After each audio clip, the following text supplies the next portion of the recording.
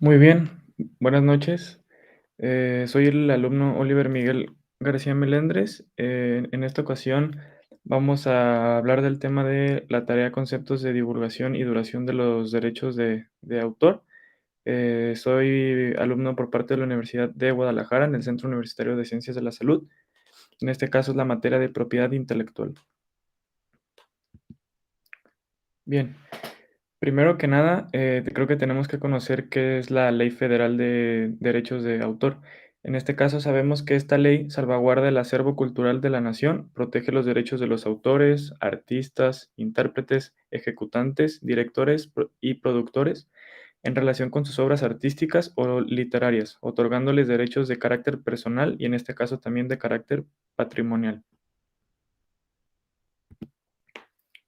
Pero bien, si vamos a hablar de aquellos derechos de autor, primero también tenemos que conocer qué es un autor. Entonces, un autor va a ser la persona física responsable de la creación de una obra literaria o artística, puede ser alguna de estas también, que goza de derechos por encima de su obra, desde su publicación hasta la finalidad incluso que se le puede dar. Entonces, a grandes rasgos, el autor va a ser toda persona que es responsable de una creación y que a fin de cuentas ella decide qué es lo que pasa con su obra. Bien, entonces, ahora que ya también hablamos de autor, entonces, ¿qué derechos puede gozar este autor o qué son los derechos de autor?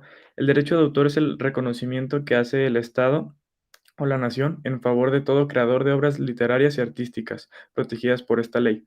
Esto hace que el autor goce de prerrogativas y privilegios exclusivos de carácter personal y o patrimonial. Los primeros, en este caso, se denominan derechos morales y los segundos se denominan derechos patrimoniales.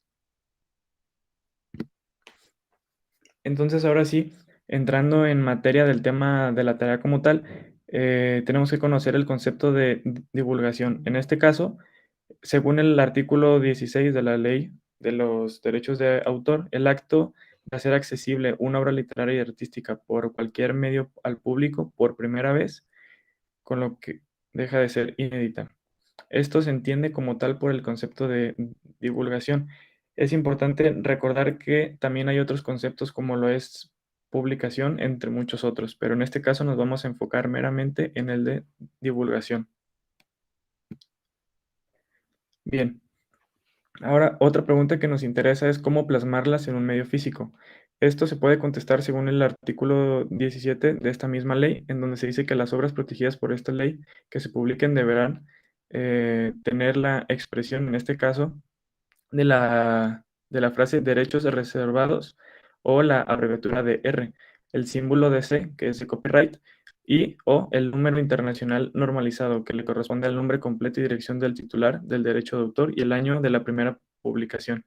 Estas menciones deberán aparecer en un sitio que sea visible para todas las personas y la omisión de estos requisitos no implica la pérdida de derechos de autor, pero sujeta al licenciatario o editor responsable a las sanciones establecidas por la ley. Esto básicamente nos quiere decir que tenemos que tener estos tres puntos que se mencionan en las viñetas y que de preferencia pues esto sea visible para que una persona como autor no tenga problemas después con las sanciones que se le puedan dar.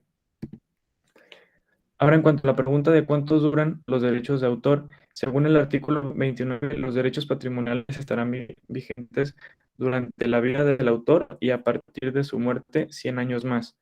Cuando la obra le pertenezca a los coautores, los derechos se contarán a partir de la muerte del último.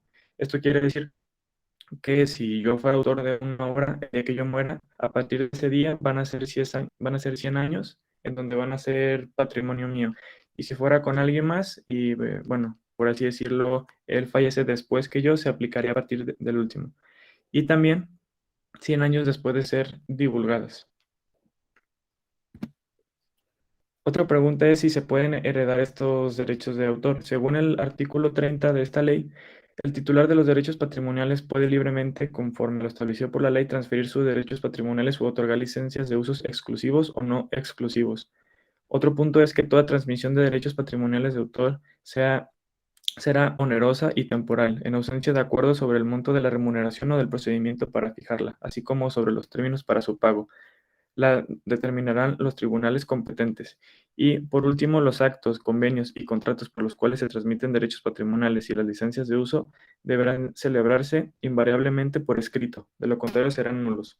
Entonces, en resumidas cuentas, los derechos patrimoniales sí se pueden heredar, sin embargo, tienen que apegarse a las leyes y a los comités en los que esta misma ley se rige.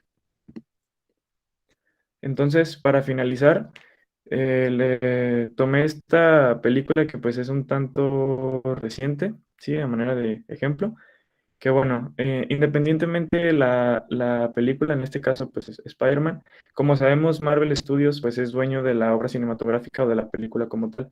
Entonces, esta compañía goza de todos los derechos sobre su obra. Entonces, en este caso yo les puse esta alusión, este ejemplo en donde puede decidir quién hace uso de ella o quién la distribuye.